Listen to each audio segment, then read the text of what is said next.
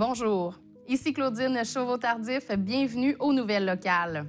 Du côté de Lac-Beauport, au mois de juin, 3 projets d'infrastructure ont été présentés aux citoyens à la salle Philippe-Laroche du Centre communautaire. Il s'agit de la réfection et du prolongement du service d'aqueduc du chemin de la Vieille-Côte, de la passerelle au parc du Bassin et l'aménagement des sentiers du parc de l'Éperon et aussi du réaménagement du chemin du village. Pour voir les présentations, rendez-vous au www.lac-beauport.québec. La Ville de Sainte-Brigitte-de-Laval informe ses résidents, et plus particulièrement ceux du district 2 qui seront appelés au scrutin en juillet, que la période de dépôt des candidatures pour le poste de conseiller municipal de ce district a été clôturée le vendredi 14 juin. Ils ont le plaisir de vous annoncer que 2 candidats ont soumis leur dossier pour concourir à cette élection partielle, soit M. Alain Lachance et M. Vincent Deblois. Apprenez-en davantage sur les élections partielles au sbdl.net. Le 21 mai dernier, lors d'une séance extraordinaire, le Conseil municipal a adopté à l'unanimité le projet de résolution pour l'octroi du contrat à l'entreprise spécialisée de renommée internationale, les entreprises Delorme, pour la réalisation du parc à planche à roulettes et la rénovation de la piste à rouleaux. Les travaux devraient être terminés d'ici la fin de l'automne 2024. Les installations proposées visent à optimiser la fluidité, facilitant ainsi l'utilisation de l'air créé pour une circulation sans effort. Grâce aux structures qui se mélangent harmonieusement les unes aux autres, les utilisateurs pourront vivre des sensations uniques. La majeure partie des futures installations est conçue pour les débutants et les intermédiaires sans pour autant négliger les utilisateurs avancés. La zone bol est isolée pour un maximum de sécurité. Le tout sera coulé en place et poli par des artisans spécialisés respectant les règles de l'art des installations internationales et olympiques. Rendez-vous au www.villestoneham.com pour découvrir les plans du nouveau skatepark. Depuis quelques années déjà, on observe une présence vigilante dans les parcs et les espaces communautaires à Lac-Beauport. Grâce aux nombreux intervenants, certains comportements sont positivement modifiés. Cette surveillance se décline de plusieurs façons, telles que les cadets, la brigade Switch, les surveillants municipaux, ainsi qu'une augmentation de la présence policière dans les parcs. Étant donné la retombée directe et une nette diminution des bris et des actes de vandalisme l'an dernier, l'initiative est reconduite pour cette saison estivale. Les surveillants portent des vêtements avec le logo de la municipalité et vous les verrez intervenir pour plusieurs raisons, soit prévenir un méfait, assurer la sécurité des usagers, veiller à entretenir les parcs et les lieux publics, sensibiliser et créer des contacts avec les citoyens et prendre des photos des contrevenants ou des actes de vandalisme. Ils peuvent également expliquer les règlements municipaux ou encore contacter la police quand c'est nécessaire. Apprenez-en davantage sur leur rôle à la page 8 du journal L'Écho du Lac. Être propriétaire ou gardien de chien sur le territoire de la ville de Fossambeau-sur-le-Lac implique le respect de plusieurs règles. Un chien doit être attaché et sous surveillance lorsqu'il est à l'extérieur de votre résidence. Lorsque vous circulez sur le territoire avec votre chien, celui-ci doit être tenu en laisse par une personne capable de le maîtriser. Les chiens sont interdits en tout temps sur la plage municipale et le propriétaire ou le gardien doit s'assurer que son animal n'émet pas de hurlements ou d'aboiements et ne pose aucune autre action pouvant incommoder le repos, le confort, le bien-être ou la sécurité du voisinage. Tous les chiens présents sur le territoire de la ville doivent être détenteurs d'une licence valide. Pour obtenir votre licence, communiquez avec la Société protectrice des animaux au 88 527 91 04 ou encore visitez le www.spaquebec.com. Pour plus d'informations à ce sujet, rendez-vous sur le site web de la ville de Fossambeau-sur-le-Lac. Le pro du club Lac-Saint-Joseph s'est qualifié pour le US Senior Open Golf. Du 27 au 30 juin dernier au Rhode Island, Carl Pelletier était le premier Québécois à participer au tournoi. Il s'agit d'un accomplissement extraordinaire dont les retombées se répercuteront sur le club de golf situé à Sainte-Catherine de la Jacques-Cartier. Le sympathique professionnel du club Lac-Saint-Joseph a brillé parmi des milliers de golfeurs qui tentaient de se qualifier pour cet événement majeur. La ville de Sainte-Catherine de la Jacques-Cartier est fière de Carl, qui mérite bien cet honneur exceptionnel. Découvrez son parcours à la page 6 du journal Le Catrinois. Et du côté de Shannon, si vous aimeriez récupérer l'eau de vos gouttières pour arroser votre pelouse ou votre jardin, eh bien, dans le cadre de sa stratégie d'économie de l'eau potable, la Ville offre de nouveau cette année un incitatif pour l'achat de barils récupérateurs d'eau de pluie. Le programme est offert aux propriétaires d'un immeuble unifamilial ou multifamilial servant principalement à des fins résidentielles. Cette subvention correspond à 50 de la facture jusqu'à concurrence de 70 $ et ce jusqu'à épuisement des fonds disponibles. La Ville invite les citoyens à adopter cette alternative économique et écologique qui favorise la réduction de l'utilisation d'eau potable, a indiqué la mairesse Sarah Perrault. Pour vous inscrire, remplissez le formulaire disponible au www.shannon.ca. Pour plus d'informations sur les barils récupérateurs d'eau de pluie, lisez l'article complet à la page 5 du journal Shannon Express.